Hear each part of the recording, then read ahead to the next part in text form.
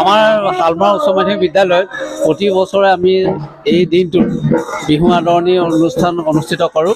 ইয়াতে আমি ছাত্ৰ ছাত্ৰীক বিদ্যালয়ৰ পাঠদানৰ উপৰিও আমাৰ সংস্কৃতিৰ লগত পৰিচয় কৰা আমাৰ অভিপ্ৰায় থাকে। সেয়েহে আমি এই দিনটোত সকলোৱে জাতীয় সাজপাৰ পৰিধান কৰি বিদ্যালয়লৈ আহোঁ। শিক্ষক ছাত্ৰ ছাত্ৰী সকলোৱে আমি এই দিনটোতে আমাৰ জাতীয় যি সংস্কৃতিৰ লগত তেওঁলোকক পৰিচয় কৰাবলৈ আমি প্ৰয়াস কৰোঁ। আজিৰ দিনটোত আমি ছাত্ৰ ছাত্ৰীসকলৰ প্ৰথমতে তেওঁলোকৰ যিটো পিঠা প্ৰতিযোগিতা, সেই পিঠা প্ৰতিযোগিতা অনুষ্ঠিত কৰিলোঁ। তাৰপিছতে হুঁচৰি বিহু অনুষ্ঠানটো হৈছে আৰু আমি এই দিনটোত আমি সকলোৱে শিক্ষক ছাত্ৰ সকলোৱে একত্ৰ হৈ আমি দিনটোক ভালদৰে পালন কৰোঁ। ৰাঙলী বিহুক এনেদৰে আমি আদৰণি জনাওঁ। ধন্যবাদ। বাইদেউ কি ক'ব বিহুৰ উপলক্ষে আপোনালোকে বিহু আমি আয়োজন কৰিছোঁ। বিহু আচলতে আমাৰ অসমীয়া প্ৰাণৰ। মই প্ৰথমতে বিহু এফাকিয়ে গাই লৈছোঁ। বিহুটি নামেৰে তিনিটি আখৰে কোনেনো লিখিলে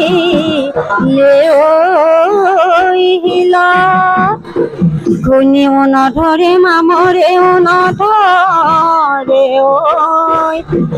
থাকিল অসমীয়াৰ প্ৰাণত। প্ৰথমতে মই সদৌ অসমবাসীলৈ ৰঙালী বিহুৰ আন্তৰিক শুভেচ্ছা জ্ঞাপন কৰিছোঁ। এই ৰঙালী বিহু আমাৰ প্ৰতিজন অসমীয়াৰ হিয়াৰ আমঠু বা প্ৰতিশাসন আৰু এই উদ্দেশ্যেই ই একতাৰ বান্ধোন। আমাৰ বিদ্যালয়বিলাকত আমি প্ৰতি বছৰে এই বিহু আৰাধনী উৎসৱটো পাতোঁ। এনেকুৱাকৈ উলহ মালহেৰে পাতোঁ যাতে প্ৰতিজন ছাত্ৰ ছাত্ৰীয়ে আমাৰ সংস্কৃতিৰ কথাখিনি বুজি পায়। অসমীয়া সংস্কৃতি যে আমাৰ ৰঙালী বিহু, সেই বিষয়ে যাতে উপলব্ধি কৰিব পাৰে।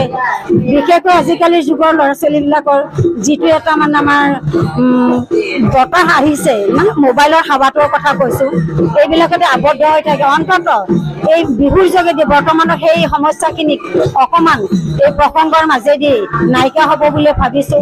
অসমীয়া সংস্কৃতিক তেওঁলোকৰ মাজত আমি এৰি দিছোঁ। নৱপ্ৰজন্মই ইয়াক জীয়াই ৰাখিব লাগিব, যুগে যুগে জীয়াই থাকিব আৰু সকলোৰে মংগল কামনা কৰিছোঁ। ইয়াকে কৈ মই বক্তব্য সামৰি মাৰিছোঁ।